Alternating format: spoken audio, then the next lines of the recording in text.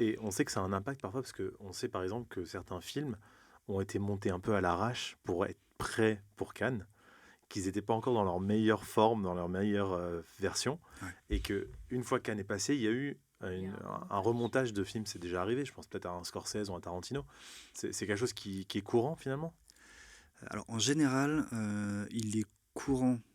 Il peut arriver que les films soient envoyés dans des versions non définitives au festival. En général, quand ils sont montrés au festival, ils sont, je pense, à 99%. Oui, bien sûr. Ouais, ouais. Qu'il y ait des montages après, ça doit être assez exceptionnel. Il doit y avoir un ou deux cas, mais c'est exceptionnel. Ouais, ouais.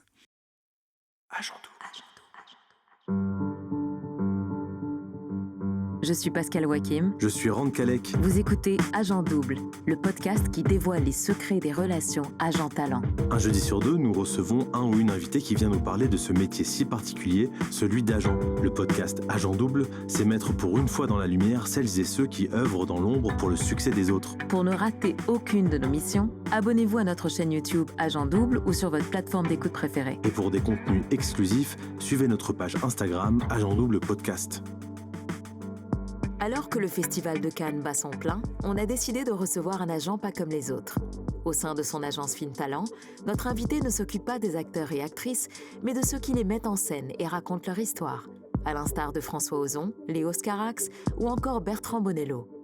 Un rôle d'agent atypique dans cette industrie planétaire où chacun apporte sa pierre à l'édifice pyramidal d'un film. Bienvenue, Sylvain Cochard. Sylvain Cochard, bienvenue dans Agent Double. On est ravis de t'accueillir. Donc pour ceux qui ne le savent pas, tu es agent de réalisateur et de scénariste à travers la société Film Talent. Et avant de nous raconter ton parcours et ton métier, il y a une question qui nous titille. T'es d'accord, hein? yeux. Tu sais pas c'est quoi? Attends, je vais te demander. C'était bien Cuba?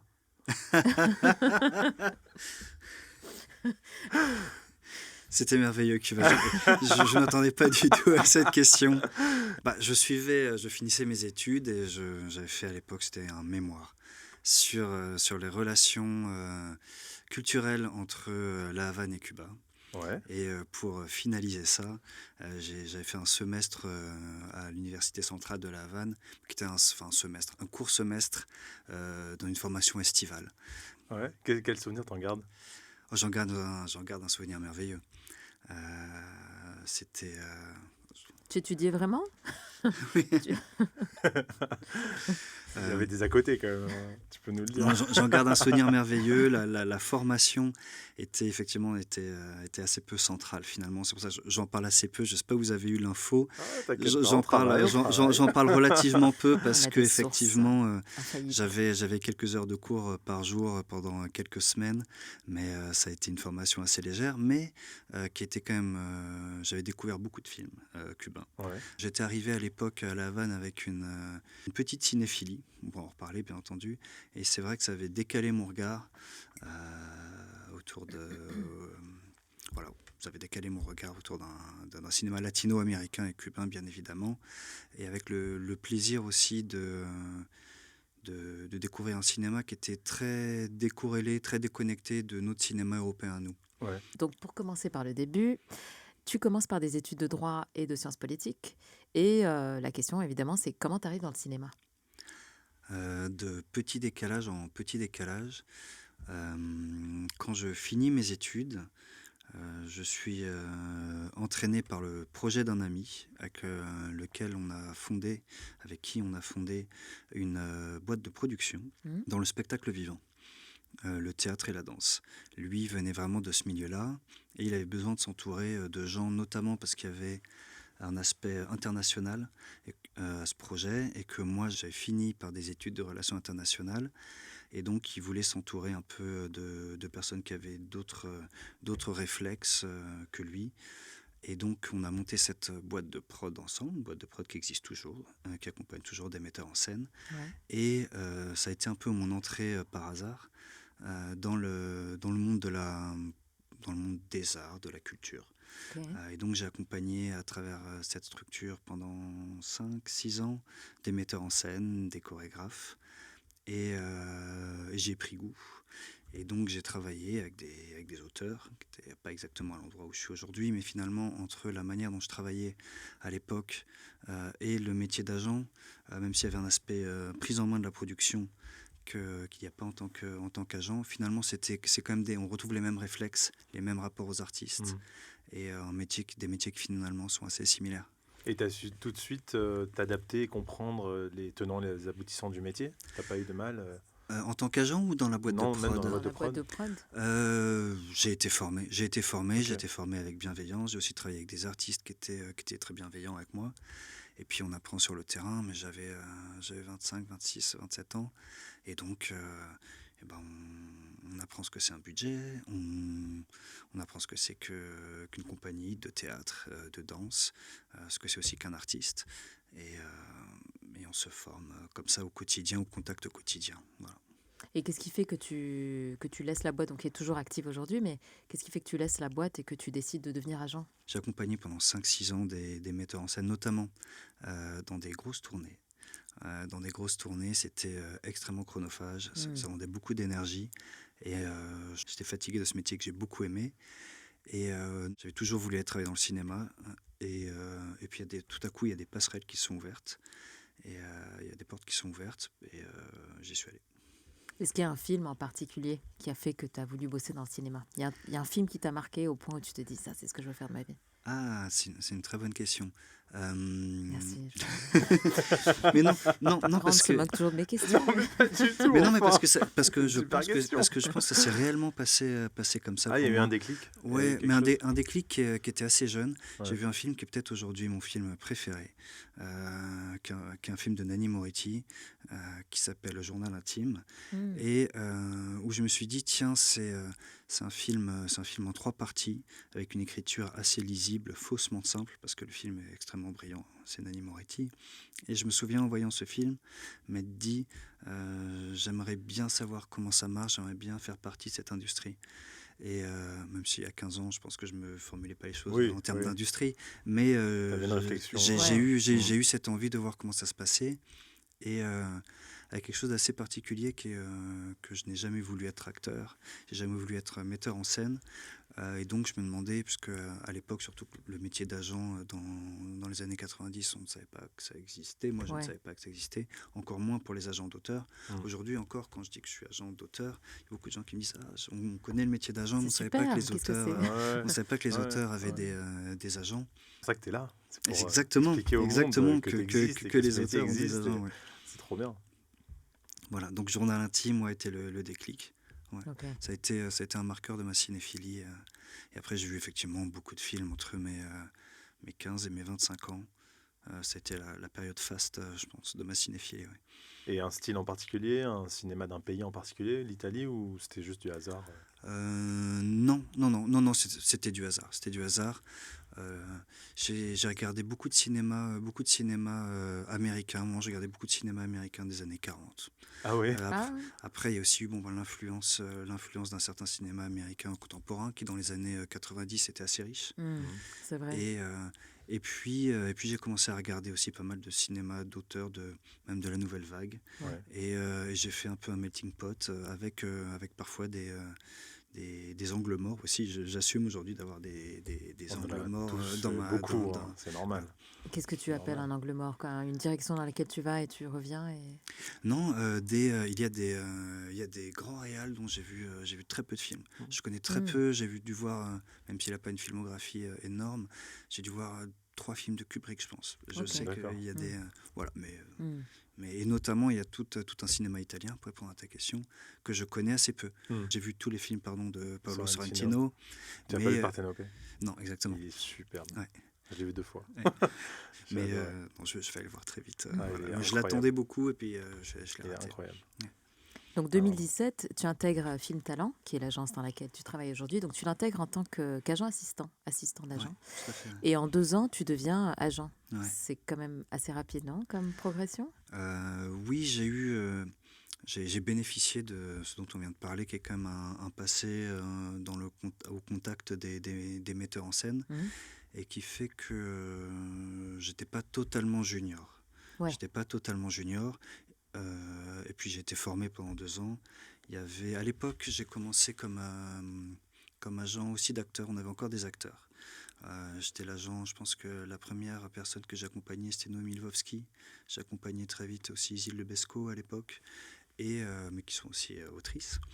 Et au bout de 2 ans, on m'a proposé de commencer à développer un peu une liste, comme on dit. Et j'ai commencé assez doucement par représenter des jeunes scénaristes qui sortaient de la Fémis série. Okay. Parce que c'était aussi un mouvement dans lequel on est encore aujourd'hui, mais où la série explosait avec l'arrivée des plateformes. Ouais. Et donc il y avait aussi des enjeux là, purement professionnels de placement, sur lesquels était déjà Film Talent, qui représentait déjà beaucoup de scénaristes sur la série. Sur lesquels moi je me suis mis aussi également. Et puis ça me plaisait. Je consommais beaucoup de séries à l'époque, et donc j'ai commencé à accompagner des scénaristes vraiment de séries, et puis après ça s'est développé tranquillement. Alors on va citer quelques noms de votre catalogue, mais là on s'est quand même concentré sur le cinéma, en l'occurrence. Donc François Ozon, Fanny Herrero, qui est donc une des scénaristes de la série 10%. Qui a été importante pour nous aussi. D'ailleurs, quand je t'ai appelé, je t'ai dit, Sylvain, je ne pouvais pas ne pas interviewer l'agent qui représente, enfin, dont l'agence représente Fanny Herrero. Ouais, c'est quand même quelqu'un d'important pour nous. Nabil Ayouch, on en parlait un peu. J'ai une histoire un peu intéressante avec Nabil Ayouch, puisque en 2012, on a recréé le festival du film arabe à Paris qui s'appelait Imagima, qui avait été créé par ma mère, Naïla Kalek, via sa boîte de prod Alima. Et il faisait le film d'ouverture avec Les Chevaux de Dieu. Donc c'était un moment assez spécial, et c'est un super film et c'est un super réal, Nabil. Voilà, c'était pour la petite anecdote. Bertrand Bonello aussi, avec le film Saint-Laurent. Que j'ai vu et le récemment. regretté Gaspard Huliel, évidemment. Ouais. Léos Carax, qui est très marqué dans son style, avec des films très forts. Et Alexis Langlois, dont on parlait tout à l'heure en off, qui est un jeune réal, qui a été primé à Cannes, je crois, déjà. Il a été sélectionné, son film était en sélection à Cannes l'année dernière, tout à fait. Et on a également Julia Ducournau, qui a remporté la Palme d'Or avec Titane en 2021. Et Gala Hernandez, qui est également sélectionnée à Cannes cette année, dans la quinzaine des cinéastes. Et Julia Ducournau aussi cette année. Et Julia Ducournau en sélection avec Alpha. Bien sûr, bien sûr. Et il y en a d'autres aussi. Même, il y en a beaucoup d'autres. D'ailleurs, on peut faire un petit coucou à nos compatriotes Johanna Adjitouma et Khalil Ajrej. Qui sont un duo de scénaristes-réalisateurs libanais. Ouais. Voilà, mais c'est quand même intéressant d'avoir cette diversité d'artistes et de scénaristes-réalisateurs. Qu'est-ce qui te fait faire des choix aujourd'hui dans ceux avec qui tu veux travailler? Est-ce qu'il y a une ligne directrice que tu veux prendre? Alors oui et non. Ce qui me fait faire des choix, c'est quelque chose d'assez instinctif. C'est-à-dire que des profils de réal ou d'écriture de scénaristes nous parlent ou pas, et nous amènent assez instinctivement à savoir si on a envie de les accompagner, avec cette prudence qu'il faut avoir, je pense, en tant qu'agent, qui est de ne pas forcément trop s'élargir et de travailler avec des gens dont l'ADN nous corresponde. Parce que sinon, il y a un risque de ne pas comprendre ce qu'ils font, et c'est bon, certainement pas pour eux et pas pour nous non plus. Mais ça consiste en quoi d'accompagner un scénariste, par exemple, typiquement? C'est en quoi tu lui apportes quelque chose? Est-ce que tu places ces scénarios, tu les proposes à des réals? Est-ce que tu vas l'aider à écrire dans le process d'écriture? Comment ça se passe un agent pour un scénariste exactement? Alors, je poserai la question différemment en fonction de projets séries et de projets ciné, sachant qu'en France, on a quand même la culture du cinéma d'auteur, qui fait que les réalisateurs, en général, écrivent leur propre long métrage. Après, ils peuvent faire appel, bien sûr, à des co-scénaristes pour avancer plus vite dans le process ou avoir des échanges. Mais il est assez rare en France, contrairement à une culture états-unienne, d'avoir des longs métrages pour lesquels on va chercher des réalisateurs. L'arrivée des plateformes a un peu changé les choses, puisque effectivement il y a une nouvelle typologie de films, pour présenter les choses de manière un peu simplifiée, mais avec effectivement des films plateformes qui peuvent être écrits, pour lesquels on va aller chercher des réals. Mais la culture du cinéma vraiment d'auteur dans le schéma de financement classique fait que les réals, en tout cas, écrivent leurs films principalement. Pour la série, c'est effectivement autre chose, puisque là on fait vraiment une distinction entre ceux qui écrivent les séries et ceux qui les réalisent, quand bien même ça pourrait être les mêmes parfois, bien entendu. Et là, effectivement, les scénaristes que j'accompagne me parlent de projets sur lesquels que moi je propose ensuite à des producteurs, voire à des diffuseurs parfois directement. Voilà. Donc ton rôle, si je reprends la question et si on part du point de vue des réalisateurs, ton rôle c'est de présenter leurs projets à des producteurs et de leur trouver des financements? Tout à fait. L'aspect négociation est un peu évident en tant qu'agent. Effectivement, l'enjeu, c'est d'avoir quand même une cartographie des producteurs en France et de ceux avec lesquels eux-mêmes pourraient travailler en fonction, on revient à l'idée d'ADN des projets, pour les présenter, pour les accompagner. Et, Ton système de rémunération en tant qu'agent de réal et scénariste, c'est le même que pour un agent d'acteur? c'est 10%. 10%. C'est 10%, ouais. Que ça soit cinéma ou série? Oui, c'est toujours 10%. D'accord. Il y a des usages, il y a un usage à 10%. Alors un usage qui est réglementé par la loi en France pour les professions comme les acteurs ou comme les réalisateurs techniciens, où là c'est 10%, c'est la loi. Pour les auteurs, il n'y a pas de loi. Ça peut être 15%. D'accord. Et comment vous faites pour vous répartir les talents au sein de l'agence? Parce que tu es un des premiers agents qu'on reçoit et qui fait partie d'une agence. Donc Ouais. vous êtes plusieurs dans l'agence. Comment est-ce on distribue le catalogue? Pour le coup, ça fonctionne pas comme ça, on ne se la distribue pas. C'est-à-dire qu'on est on est 4 agents chez Film Talent, et on rencontre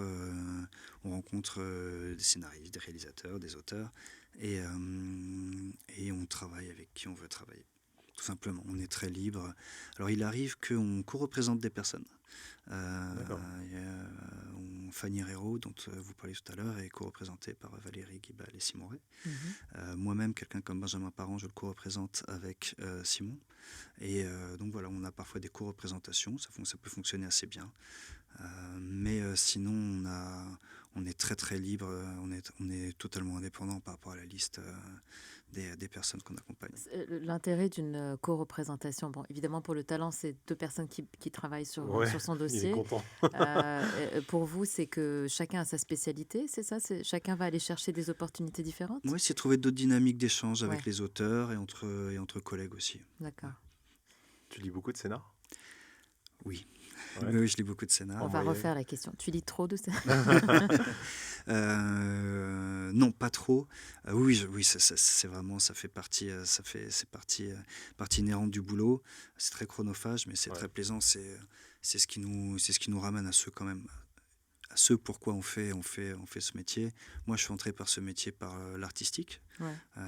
Après, ce qui m'y fait tenir, c'est aussi d'autres enjeux de développement, de carrière. Mais l'entrée dans ce métier, c'est fait par l'artistique.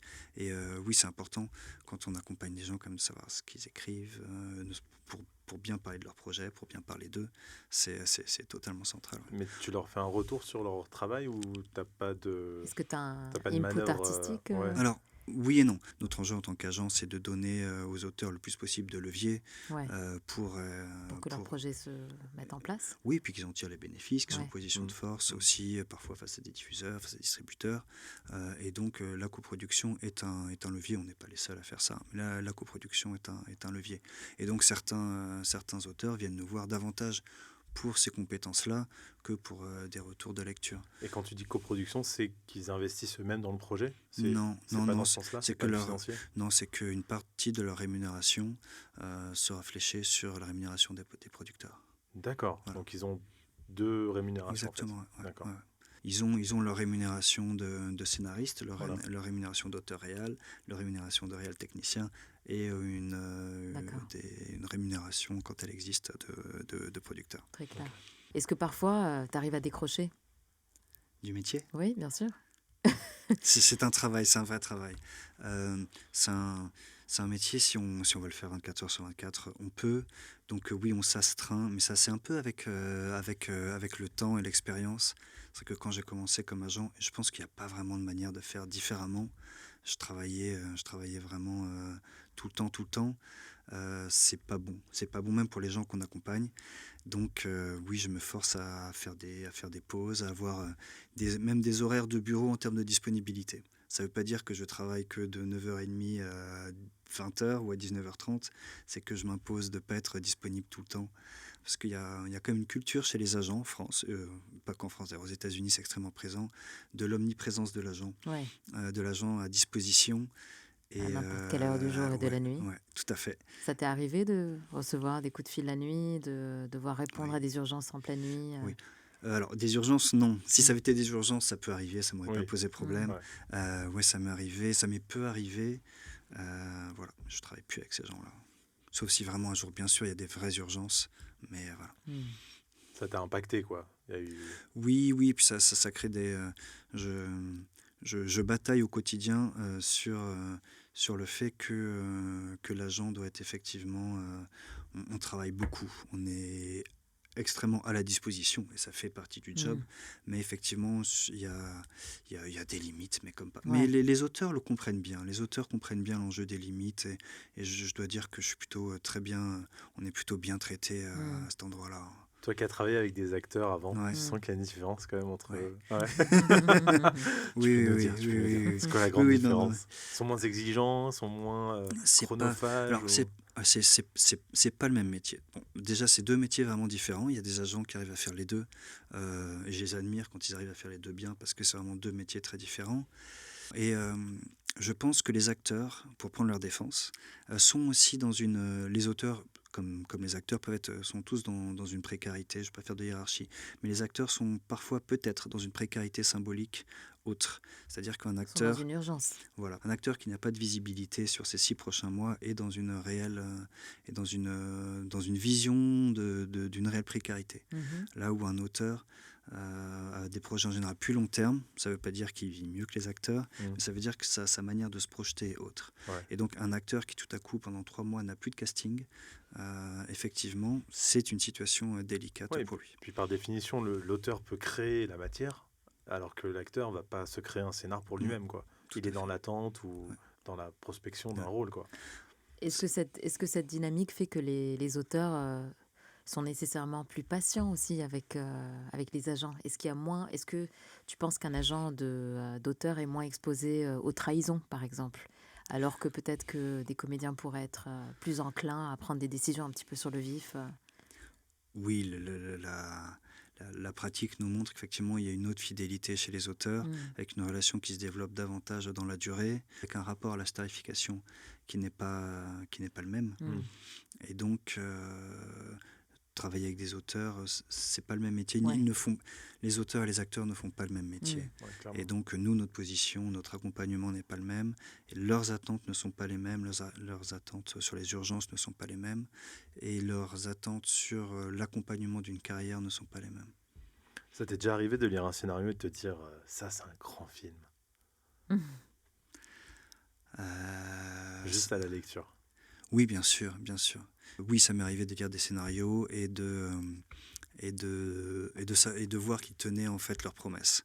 C'est-à-dire qu'on accompagne aussi des auteurs avec parfois aussi des vues sur ce qu'ils vont écrire, sur ce qu'ils vont faire, des films dont on se dit par exemple qu'ils vont peut-être aller à Cannes ou du moins dans des festivals de catégorie A, et puis on lit des scénarios, on voit les choses se développer et on se dit tiens ça effectivement l'endroit est juste, ça tient ses promesses. Mais justement tu parles de Cannes. Comment un film arrive à Cannes? C'est quoi le process? Quelqu'un vous appelle, vous dit je sais qu'il y a ce film qui se prépare, vite avant que Cannes commence on va le sélectionner, ou est-ce que c'est vous qui envoyez au festival? Comment ça se passe? Oui, il peut y avoir dans certaines sélections des attentes. Ils savent que tel réel est sur tel film, et que le film est bientôt fini, et ils voudraient absolument l'avoir à Cannes, en avant-première mondiale, ce genre de choses. Ils savent ce sur quoi travaillent les réals, ils sont en lien beaucoup avec les distributeurs, donc ils ont une cartographie bien sûr extrêmement précise des films qui existent, et du coup en retour, il y a aussi beaucoup de films dont l'enjeu et la vie passera par la sélection, que ce soit à Cannes, à Venise, parfois à Berlin, qui se font sur des plannings aussi en fonction, bien sûr, des festivals. C'était une de nos questions, justement, à partir du moment... Si tu nous prenais, par exemple, sur la construction d'un projet, à partir du moment où tu es en post-prod, est-ce qu'on s'aligne, on regarde le calendrier des sélections des festivals pour sortir? Est-ce que c'est ça la logique de l'économie? C'est bien avant la post-prod. Ah oui. Ouais, c'est même parfois alors pas dès le début de l'écriture, parce que l'écriture d'un long métrage peut se faire sur 3, 4, 5 ans, mais quand l'écriture se finalise et qu'on commence à réfléchir simplement aux dates de tournage d'un film, tout se met en place par rapport à des objectifs de festival. Pour certains films, bien sûr, pour certains films dont c'est l'enjeu et dont on pense que que la vie du film doit passer par une sélection au festival. Ouais. Et on sait que ça a un impact parfois parce qu'on sait par exemple que certains films ont été montés un peu à l'arrache pour être prêts pour Cannes, qu'ils n'étaient pas encore dans leur meilleure forme, dans leur meilleure version, Ouais. et qu'une fois Cannes est passé, il y a eu Il y a un remontage. remontage de films. C'est déjà arrivé, je pense peut-être à un Scorsese ou un Tarantino. C'est quelque chose qui est courant finalement. Il peut arriver que les films soient envoyés dans des versions non définitives au festival.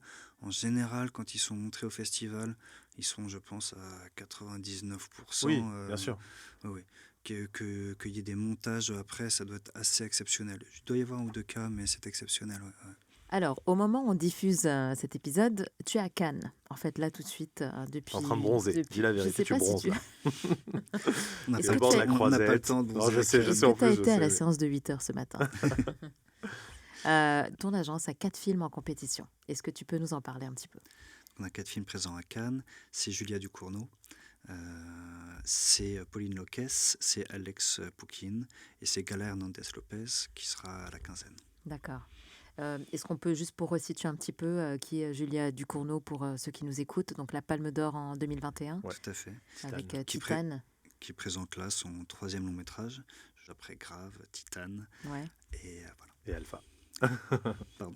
Comment est-ce que tu apprends que tes talents ou que leurs films sont dans la sélection? De quelle façon tu l'apprends? Ça dépend des films et ça dépend des sélections. Mhm. Pour la sélection officielle, pour ce qui est le cas de Julia, je pense qu'on l'apprend vraiment dans les dernières heures ou dans les derniers jours. Après, il peut y avoir aussi des arbitrages entre plusieurs sélections. Mhm. Pour le film de Gala, je crois que c'était vraiment l'endroit qu'elle visait de toute façon. Et donc, elle l'a su quelques jours avant. Mais globalement, on le sait très peu de temps avant. Et j'ai des exemples de films, notamment en sélection officielle, où on l'a su la veille au soir. T'as le temps de profiter un peu des soirées cannoises? Dis la vérité. Peu. Ouais. Peu. Si, alors on en profite quand c'est les soirées des films qu'on accompagne. D'accord. Parce que là, il y a quand même il y a l'aboutissement de quelque chose, l'aboutissement d'un parcours, où c'est un peu, c'est une fête un peu de sympathie, de consécration. Et donc le film a été montré. En général, on est quand même dans un état de tension et de stress assez fort. Donc c'est un moment où les choses se relâchent un peu.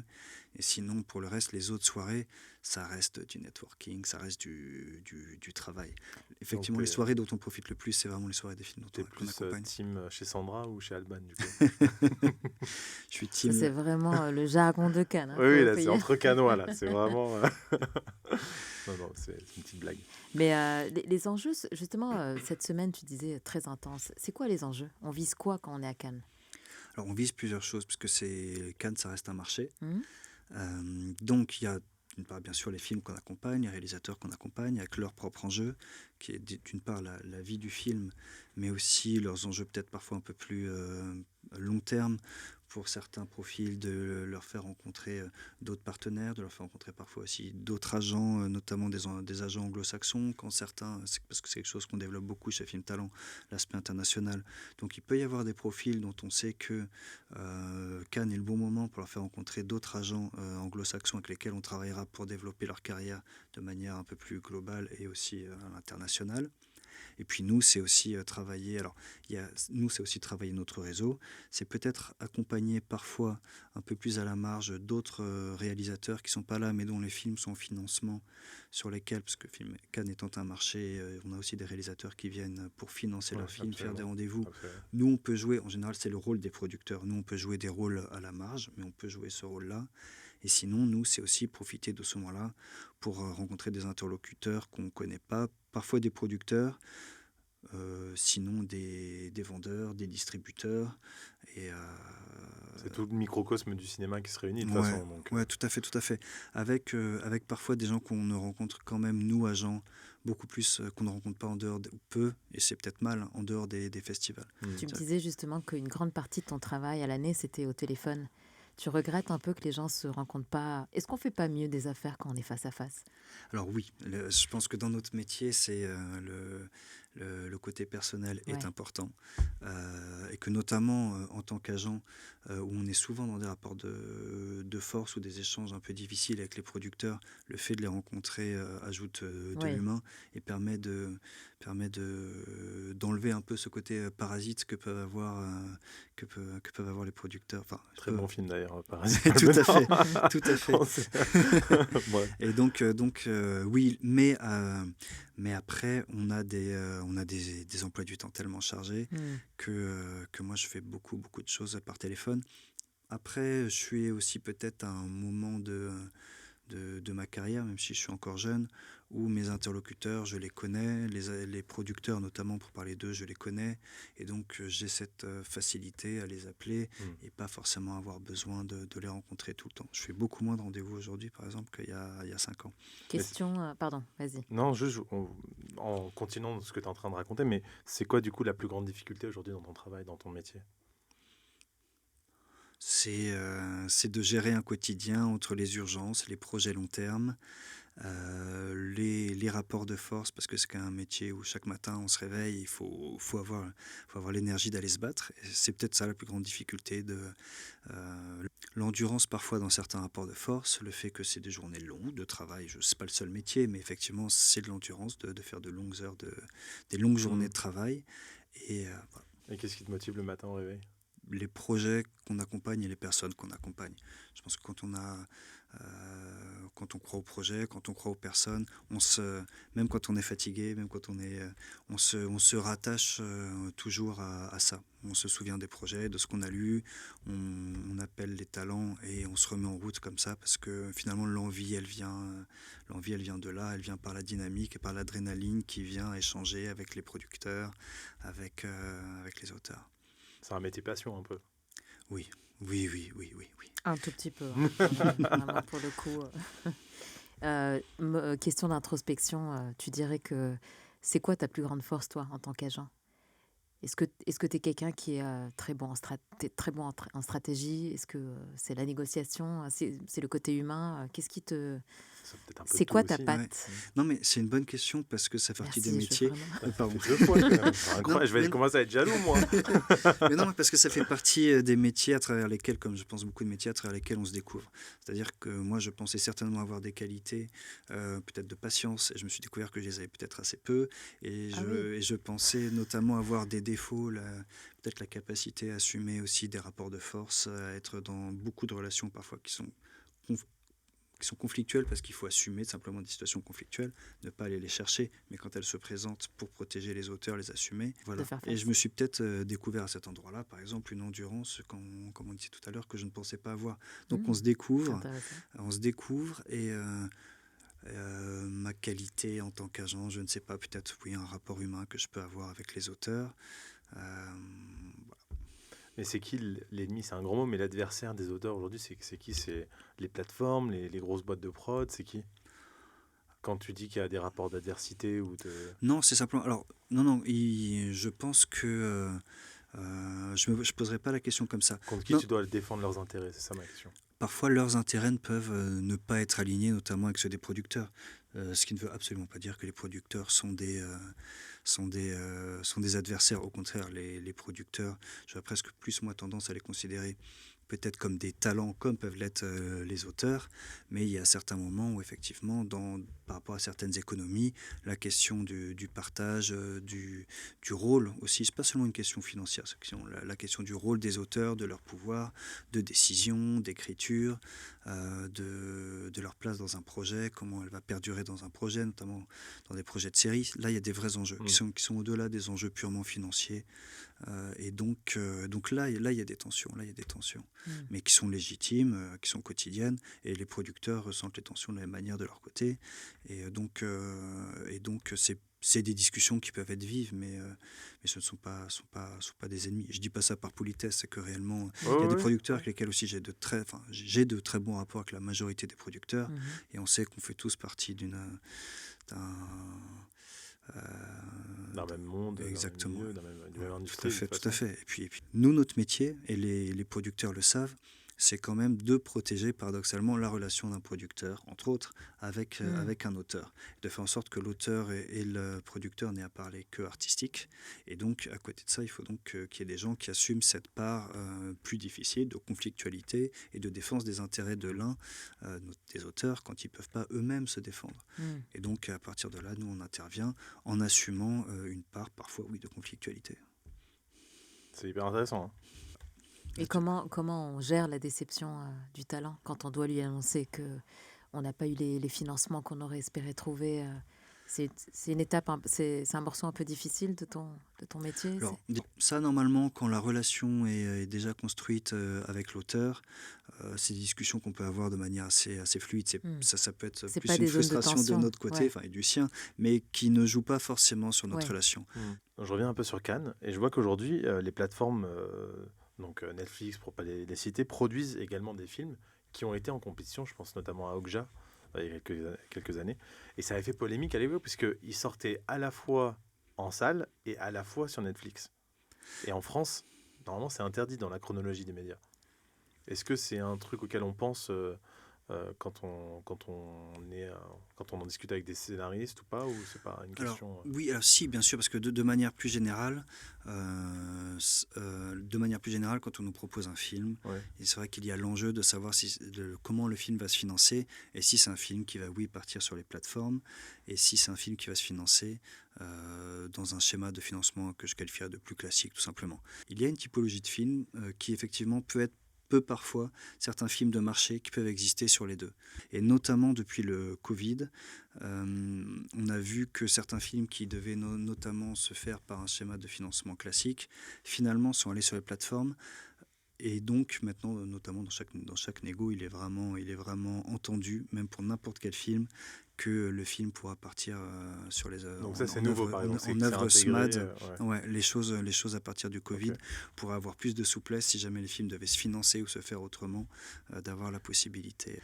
L'internationalisation pour nous est un vrai enjeu, on y travaille au quotidien parce qu'elle ouvre simplement de nouveaux marchés à des auteurs qui en ont envie et qui en sont capables.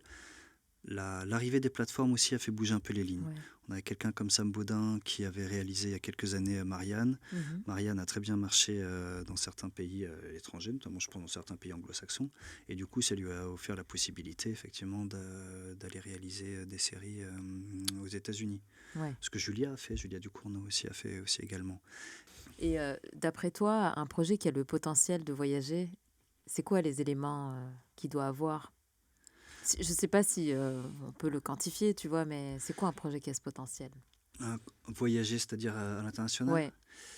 On a des auteurs qui ont effectivement parfois des pattes que je qualifierais parfois très franco-françaises, qui correspondent notamment à des enjeux sociétaux, assez français, dont on pense, peut-être parfois à tort, qu'effectivement ils ne vont pas forcément s'exporter.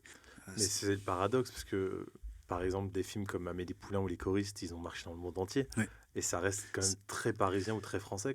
C'est vrai, mais alors là, sans être un spécialiste, je pense que c'est quand même des films qui renvoient une certaine image de la France et une image assez exportable. Moi, je pense plutôt à des films, effectivement, qui traitent d'enjeux purement sociaux et sociétaux français. Il y en a qui marchent très bien en France, mais dont on se doute qu'à l'export, ils vont être plus difficiles.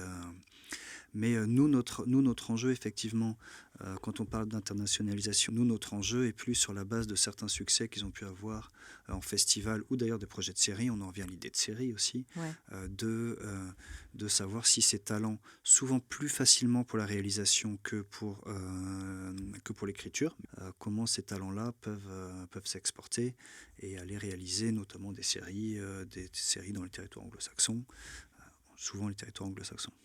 Tu disais plutôt quelque chose par rapport à l'ADN. J'avais trouvé l'idée hyper intéressante. Tu peux développer un petit peu dans le sens où tu disais que, est-ce que pour toi, par exemple, la meilleure association, c'est quand un agent comprend vraiment bien l'ADN de son talent Je pense que c'est ça que tu as voulu dire. Je ne sais pas si j'ai mal paraphrasé. Non, mais c'est tout à fait ça. Je me suis rendu compte avec un peu d'expérience que oui, c'est nécessaire. Si vous me donnez aujourd'hui, je pense, un scénario d'un film vraiment très marché compatible, il se peut que je passe à côté et que je ne comprenne pas.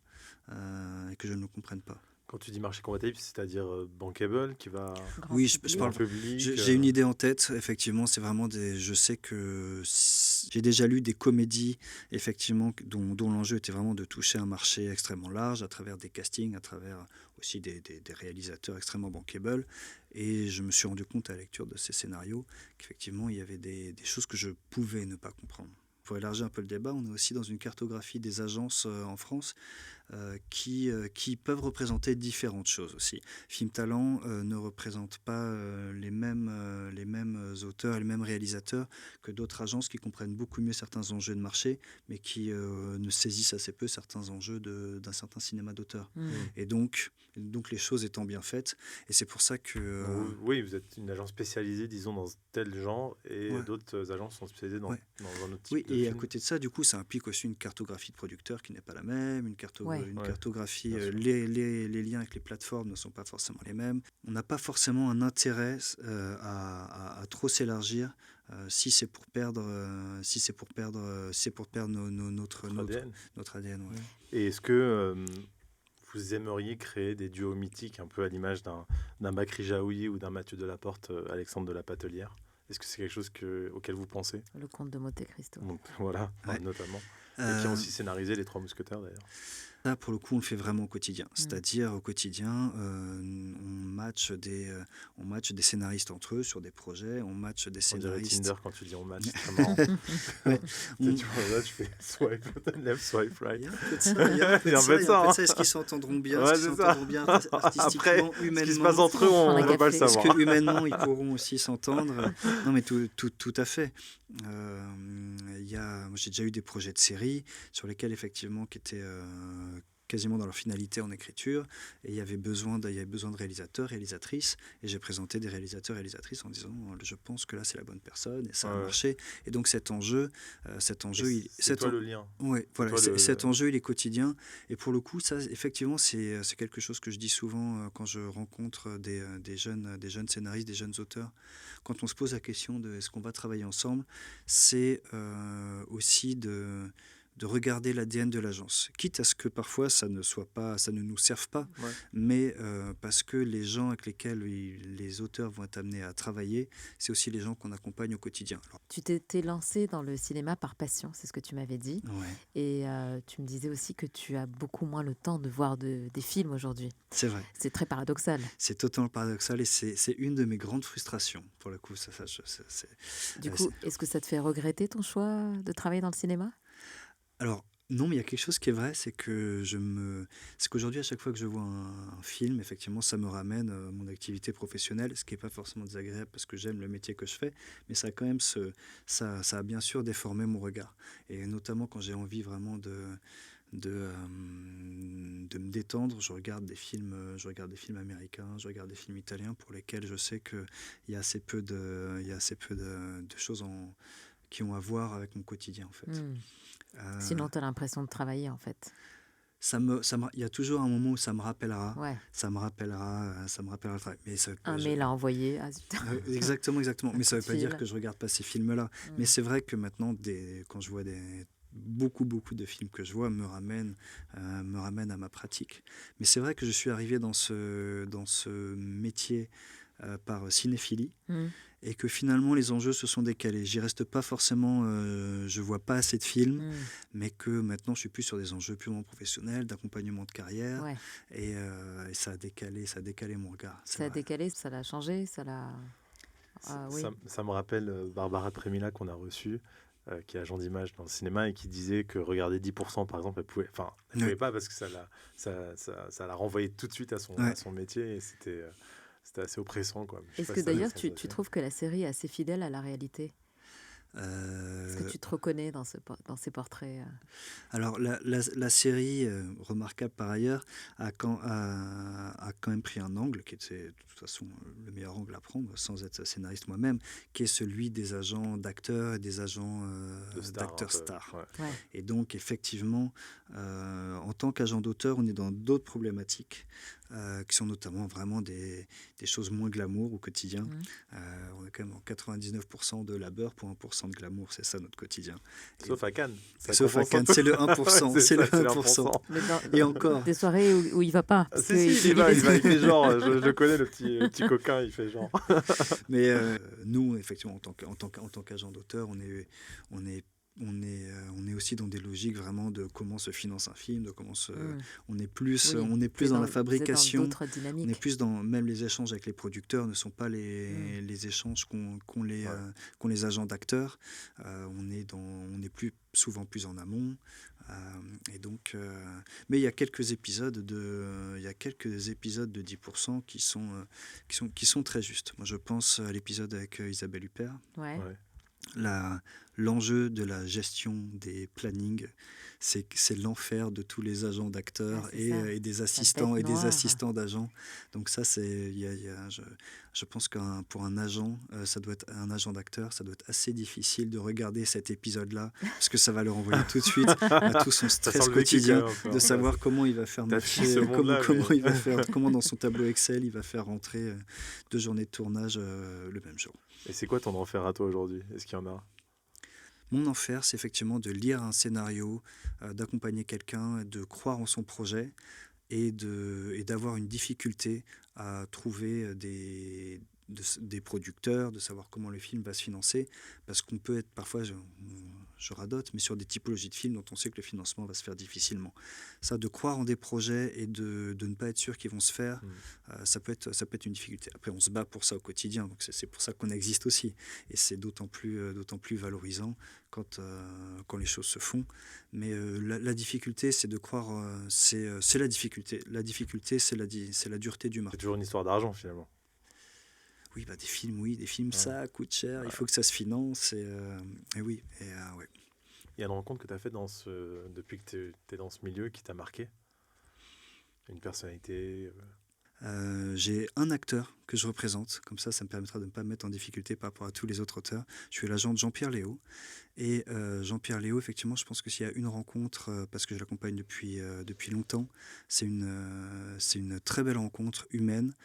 Vu le parcours, bien sûr, Truffaut, Godard, les discussions que j'ai eues avec le cinéma sur tout ce qu'il a travaillé, de discuter avec quelqu'un qui a travaillé avec Pasolini, de pouvoir lui demander ce que c'est que de travailler avec Pasolini. Ouais. Donc voilà, Jean-Pierre Léaud. T'imagines comment ton métier dans 10 ans? Le métier a tellement changé depuis l'arrivée des plateformes il y a 10 ans maintenant, il continue à évoluer. On verra comment le cinéma français se finance dans 10 ans. T'es optimiste ou t'es pessimiste? Il faut rester optimiste parce que de toute façon, l'arrivée des plateformes a quand même ouvert on peut discuter de l'artistique, de certains projets, mais l'arrivée des plateformes a quand même ouvert de nouveaux marchés. Et quant au financement du cinéma français, il fonctionne plutôt bien. Donc il faut rester positif par rapport à ça. Tu sais qu'on avait reçu Florent Lamy, on vous remettra l'épisode en lien, qui lui amenait des acteurs hollywoodiens dans le marché français. Naturellement, nous, on penserait que ce serait en général l'inverse. C'est ce qu'on entend par internationalisation en général. Tu vois de plus en plus cette pratique dans le milieu? Quelle est ton opinion par rapport à ça? Ou est-ce que... Je pense qu'il peut y avoir bien sûr un vrai intérêt de la part des réals en France. Mais faut juste voir l'ampleur que ça va prendre. Et bon courage à notre ami, parce que peut-être qu'il va réussir justement à créer réellement quelque chose. Ouais. Moi, j'ai une question. Est-ce qu'il y a une scène de film qui t'obsède, que tu as tourné 10 fois dans ta tête, plus qu'un film? Ça t'arrive des fois d'avoir ce genre de trip? Moi, ça m'arrive tout le temps. Donc... Quel genre de film, Pascal? Tu nous fais un peu peur. Des films d'auteur, je veux dire. D'accord. Oui, je vais parler d'un réalisateur russe avec lequel j'ai eu travaillé quand il était dans le théâtre il y a quelques années. Je ne l'accompagne pas du tout aujourd'hui, qui s'appelle Kirill Serebrennikov. Et je pense à une scène de son dernier film, Limonov, un travelling qui est absolument spectaculaire. Et voilà, il faut voir ce film, il faut voir l'œuvre de Kirill Serebrennikov. Okay. Voilà, et te faire avoir Parthénopée. Exactement, Tu promets? exactement. Et l'autre scène que j'aurais pu citer, c'est effectivement dans la Grande Bellezza, Ouais, la Grande Bellezza, incroyable. la scène de fête sur le Ouais. toit, qui est la scène quasiment Oui, d'ouverture. c'est ça. Et moi, Absolument. je me souviens, je connaissais assez peu l'œuvre à l'époque de Sorrentino, Mm. et cette scène m'avait prise comme ça. Je ce trouvais que la film est manière de éblouissant filmer aussi. une Ouais. fête était hallucinante.